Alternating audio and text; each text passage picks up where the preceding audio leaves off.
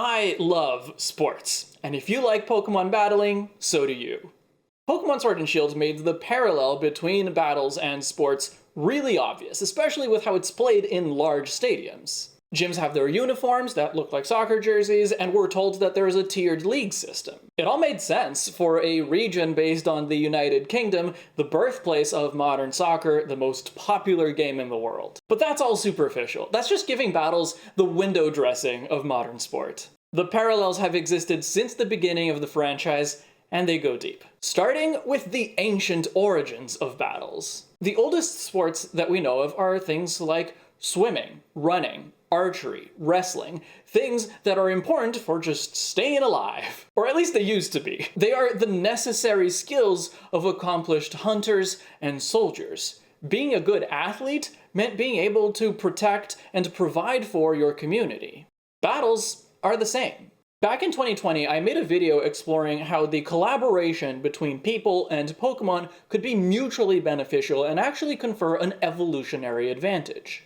Go watch that video if you want my full arguments, but the important takeaway is that being good at working with Pokemon was also, on a very basic level, a necessary skill for being able to provide for and protect your community. Many kinds of sports have been used in training armies, in keeping soldiers fit, and in fostering good relationships between soldiers. Gymnastics began as an aid to military training in ancient Greece. Tug of war can be used to train both your muscles and your cooperation. Even sports that don't directly have a tie-in with the skills of warfare can still have a role in maintaining general fitness and teamwork. And we know that Pokemon have been used in war in the past, so Pokemon battles are a way to keep your soldiers fit, both the trainers and the Pokemon themselves. Perhaps a more direct comparison would be to equestrian sports like horse racing and polo, which are highlighted by the British National Army Museum as important tools in training cavalrymen. If riding horses is how you fight, sports that require you to be a very good rider are going to be great tools in training. Sparring with Pokemon has the same benefits. You and your Pokemon get to practice in a low-stakes situation, but you also get to keep your mental acuity, your physical fitness, and your teamwork in top shape for when the stakes are the highest. Many of the most popular modern sports evolved not from warfare and hunting, but from games and pastimes. Some, like basketball and volleyball, were invented fairly recently, but a lot of them evolved organically as folk games that people played before anyone thought to write down formal rules. Soccer, American football, baseball, hockey all have this very long and complex history. I would venture that battles followed a similar path, starting as just a fun thing that people and Pokemon have pretty much always done together. It likely arose independently and at different times throughout the history of the Pokemon world, accounting for different cultural attitudes about whether Pokemon are dangerous and terrifying creatures or not. But ultimately, in relatively recent history, this game got formalized into a sport, with rules, leagues, professional athletes, and eventually, giant stadiums. Now, in the modern Pokemon world, battles have the same role as modern real-world sports. It's not the only sport in the Pokemon world. We see a lot of different sports played in Nimbasa City, for example. But it does seem like Pokemon battles might be the most popular sport, or at least the most widespread. Although that could be because of the bias of seeing everything through the lens of a trainer. In any case, battles offer the Pokemon world almost all the same benefits as real-world sports do to our modern society. The exact benefits vary depending on the sport and the location, so these parallels aren't universal, but both Pokemon battles and sports contribute to community building, there's the leisure and entertainment value, and personal development, in particular for the athletes. Let's go through those individually. I'm a fan of Fluminense, a soccer club from Rio. I watch every match that I can. If I meet someone new and I know nothing about them but they're wearing a Fluminense jersey, we have a kinship. My father and I maintain our relationship largely through our shared love of Fluminense and texting each other back and forth during the games. Go to a stadium to watch your favorite team and you can strike up a conversation with anyone, if you want to. You can celebrate together and commiserate together. Pokemon doesn't really have teams in that way, but people still align their fandoms along with the more popular or successful trainers of their town or their region. Galar, again, has the most obvious examples of this. If you're a fan of Leon, you're bound to find a kindred spirit wherever you go in the region. Or on a more local level, we have Team Yell organizing their support for Piers and Marnie. And yes, sometimes they take it too far, as do people in the real world, but Team Yell isn't blocking your path to be jerks. They are doing it out of a sense of community and collective responsibility that arises from their shared love of their local athletes. Very misguided love, but love nevertheless. They are hooligans. It also applies on a bigger scale. Now that I live in Canada, if I see a jersey for any Brazilian soccer club, we have a kinship. One time I traveled to Singapore and the customs agent seeing my passport told me that he liked Vasco, another team from Rio. It's not my team, but we made a connection through that. Watching the Olympics and supporting both the Brazilian and the Canadian athletes helped me feel more connected to both of my countries. A shared love for a sport is all that it takes to bring people together. So wholesome. Then there's the entertainment side. Sports and battles are exciting. They are fun to watch and to participate in. I don't participate in any sports myself though, at least not beyond cycling and hiking for leisure, so I spoke to someone who does. My name is John. I go by Gym Leader JC on social medias. I've been training and teaching mixed martial arts over the course of 22 years now. I grew up overweight, asthmatic, shy nerd, zero confidence.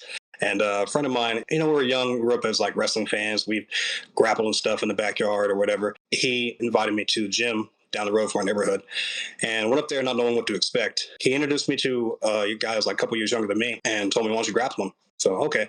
So in my stupidity, I head down for a typical little tackle and the guy snatches me up in a guillotine choke. 3 seconds long match, I tap out. And as soon as it lets go, I look at my friend and go, well, where do I sign up?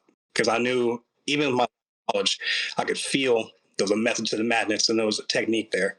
And I was hooked ever since. I'm not a fan of mixed martial arts. I mean that in the sense that I don't have a habit of watching MMA. Even other martial arts in general, I only watch during the Olympics. But martial arts do have some clear parallels to Pokemon battles. There's so many ways to win, so there's so many ways to lose, which makes the predictability and monotony eliminated from the equation right away. So from a spectator standpoint, it's all about the entertainment. It's about the wow factor of when a fight is finished. Every fight can be different. Somebody could lose in the first 10 seconds, or they can have an amazing comeback in the last 10 seconds, and everything in between. Battles have those same traits. The realm of what's possible in a battle is huge with all of the different Pokemon moves, items, whatever. You might have a sense of what's likely, but it's still extremely unpredictable. Things can turn around in a second. And you can, as a spectator, enjoy all of this drama from a very casual perspective. You are watching magical beasts going at each other after all. It is a spectacle. But the more you understand the sport,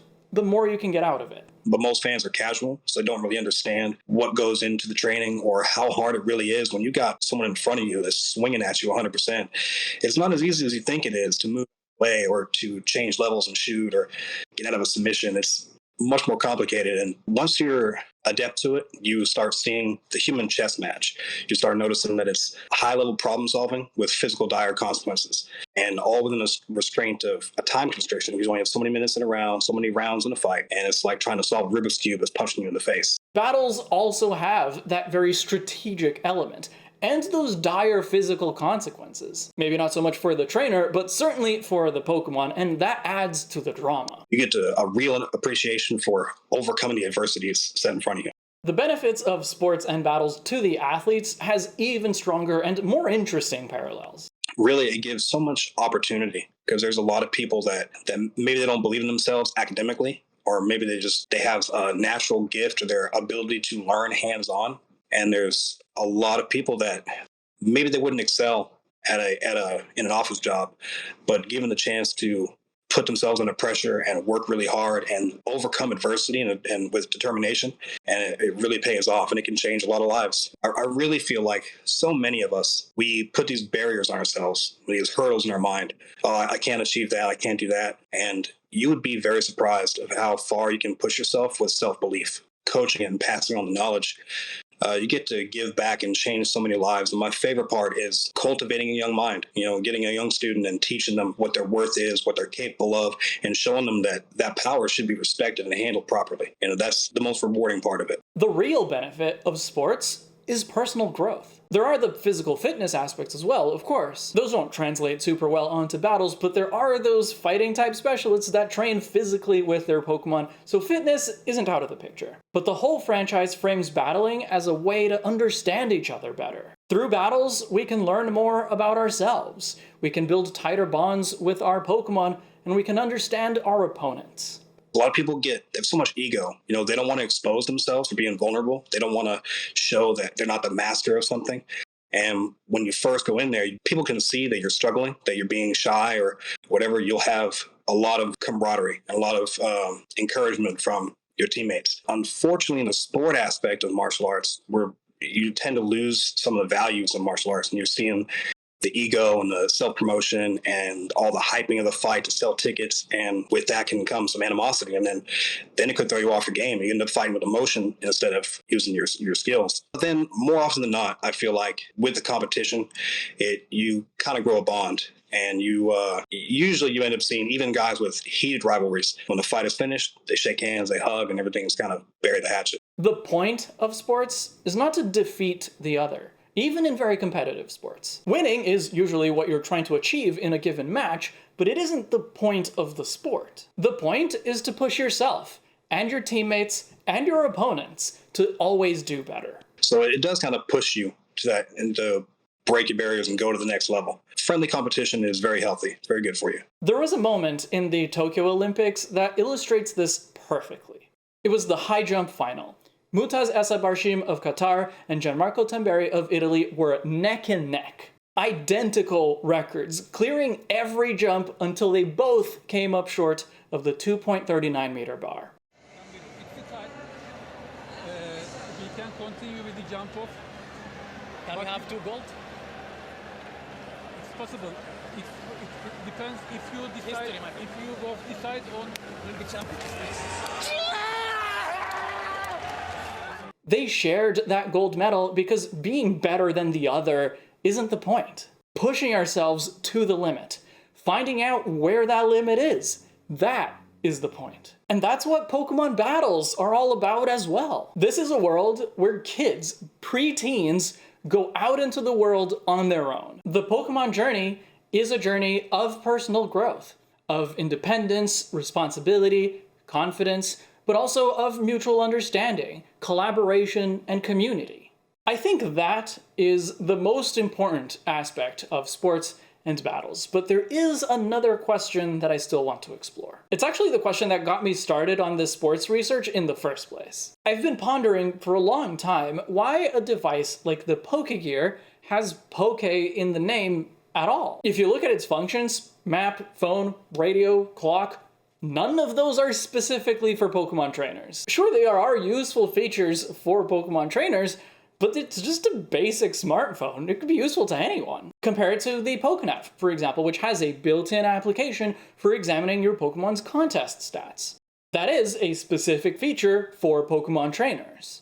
Or the Pokétch. It has a lot of apps that have broad appeal, like the calculator and the roulette app. But it also has apps that are specifically for Pokemon trainers, like the Chain Counter and the Move Tester. The Poké Gear doesn't have anything like that, so why would it be Pokemon branded at all? And what I realized is that if Pokemon battling is a sport, then Pokemon branding is a form of sports advertising. It is tapping into one of the many ways that advertisers use sports to get us to buy their stuff. So let's explore how that plays out in the Pokemon world. My name is Zach Coleman, and I own a sports digital branding agency called Creative, where we help motivation and grit focused businesses build a legacy beyond the game.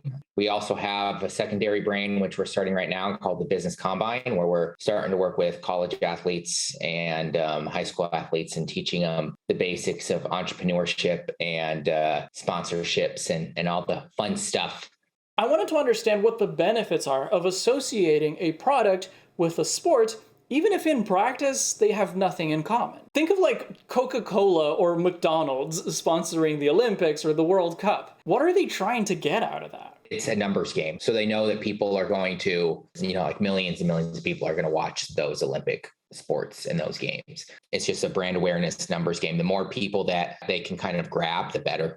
So when it comes to calling the Poké Gear the Poké Gear and not the Sylph Gear, it's probably about telling the consumer that, hey, if you like Pokemon, you'll like this product. To me, it sounds lazy. And that's really what it comes down to. To be fair, the Sylph company was already known for making Pokemon products like Pokeballs and TMs, so that association isn't completely out of the blue, but maybe they were just too afraid to branch out of their niche entirely, so they used the Pokemon branding as a crutch.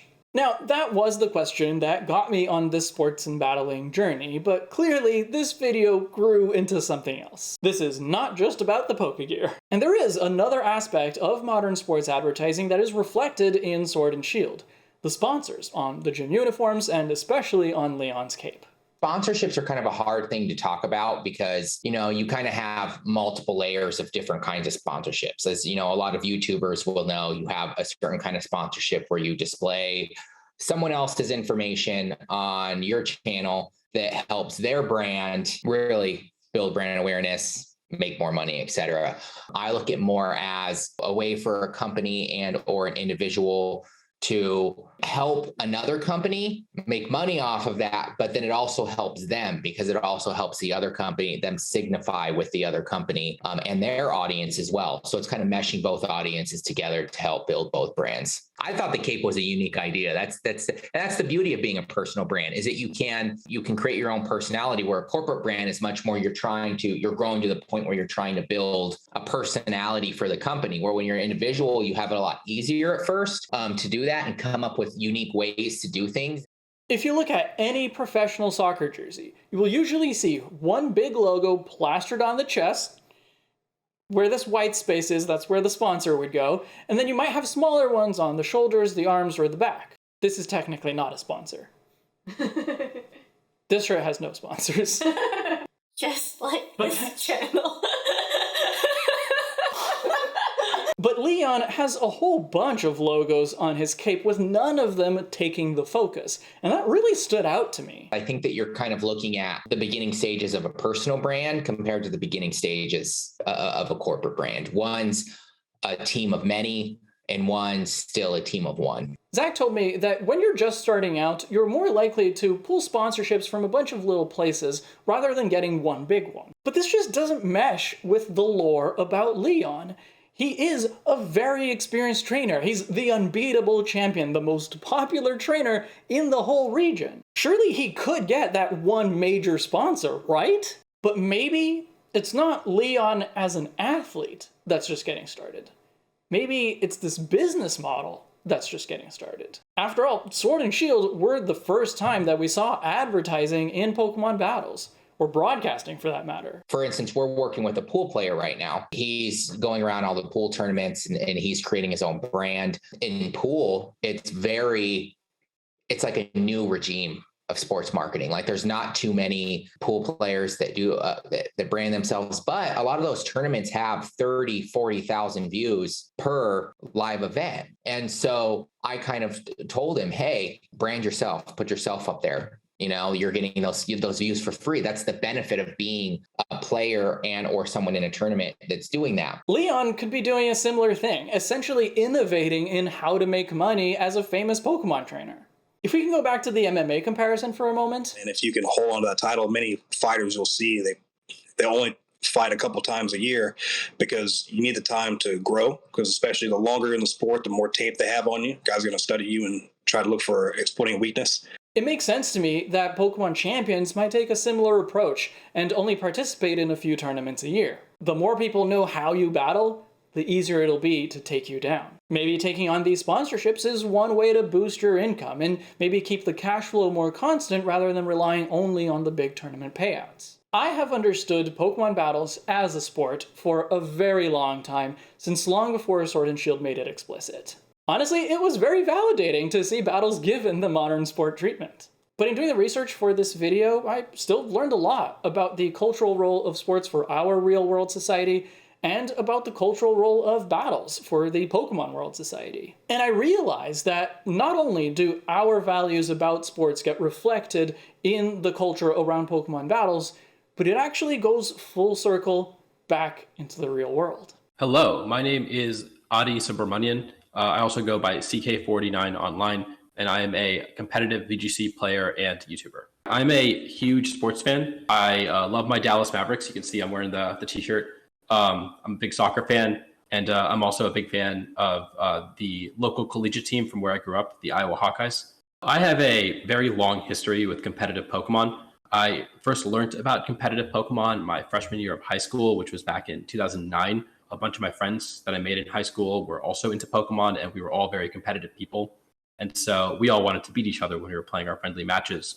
And so we'd go online and look up strategies and learn about all the different sets, learn about EVs and all the different things that go into building a competitive team.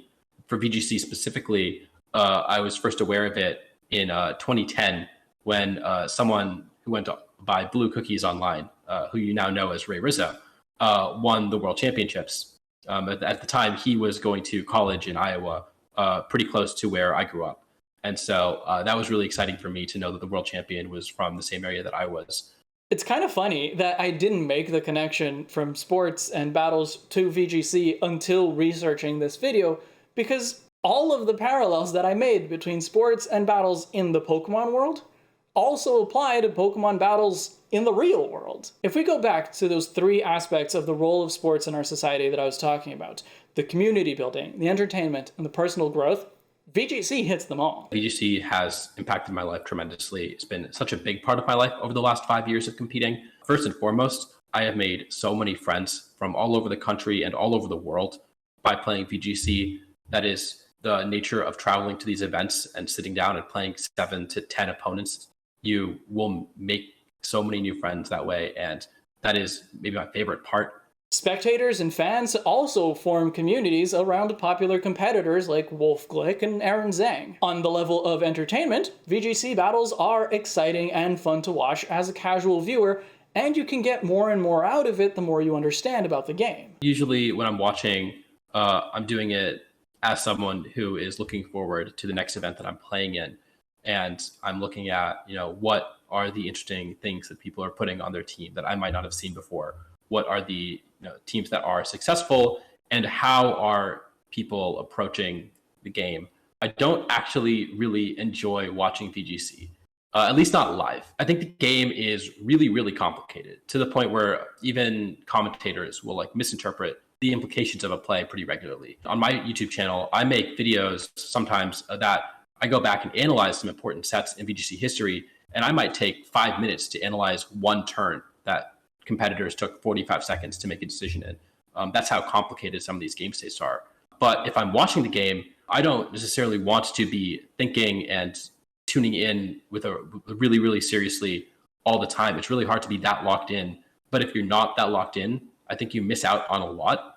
When I do watch VGC, I generally go back and watch a recording of the match, because that way I can fast forward through animations and the waiting times, and I can pause and rewind it when I want to go back and fully understand the situation. But that's not possible while watching it live, and I think that makes it less enjoyable as an esports to me. It's just in my blood now that I've been playing for so long, to watch very critically. And it's hard for me to sit back and watch very casually. Okay, so if you're too into it, it might get in the way of the spectator experience. But for my level of understanding, as someone who knows how the game works and has played some competitive matches, casual competitive matches, I've participated in some casual tournaments, I do really enjoy watching VGC games. But again, it's on the personal development that the parallels really shine. VGC has been a great excuse to travel to a lot of different places that I would maybe otherwise never have gone to. Of course, the World Championships in London happened very recently. I had been to London before, but this was a great excuse to travel there. And the next World Championships will be in Japan, and I'm really excited to go there for the first time. And we met in Vancouver, which is a place I've been to twice for the Vancouver Regional Championships, but maybe I would have never gone there. But on top of that, playing in these really important matches has impacted me positively because I am used to being under pressure. It doesn't get much bigger than playing the last match of day one of Worlds, where if you win, you move on, and if you lose, you don't. And I've been in situations like that at this point, 3 or 4 times, if not more. There's a lot of pressure, and the first time it might get to you, but 3 or 4 times in, you just get comfortable, and that's the sort of situation, that high pressure situation. And that has positive implications for me in, my work, in my personal life, and in all sorts of different avenues that I might pursue later on. VGC creates an environment for a lot of people to come together, a lot of very intelligent people to come together, to make friends, to learn how to solve very complicated problems that are team building and playtesting Pokemon games. And it creates this incredible network that maybe on a macro scale, it doesn't change the world culturally, but I think for individuals, it's this incredible community that changes lives and really positively impact a lot of different people in a lot of different ways. It gives people a reason to go and explore and see the world, which people otherwise might not do. And again, it creates all of these incredible friendships. And so I think that it has this really positive impact, just as what I think is one of the best communities online. I hope that you enjoyed this video as much as I enjoyed researching it. Huge thank you to my guests, John, Zach, and Adi. This video would not have been the same without them. Links to all of their socials are in the description. You know, one of the reasons that I'm really looking forward to the release of Scarlet and Violet is that it's actually going to coincide with the start of the FIFA World Cup. I'm taking that first week off from work, so it's going to be a whole week of soccer in the mornings and Pokemon in the afternoons. It's going to be great. I'll make snacks. As always, a huge thank you to all of the Libros who support my work through Patreon and YouTube channel memberships, especially cherished patron Wispy White Smoke and luxury patrons Ethan from Chicago, Freebird Nerd, and Seafood Dinner. You can join them by going to patreon.com/UmbreonLibris or clicking the join button. Thank you for watching. I'll see you in the next chapter.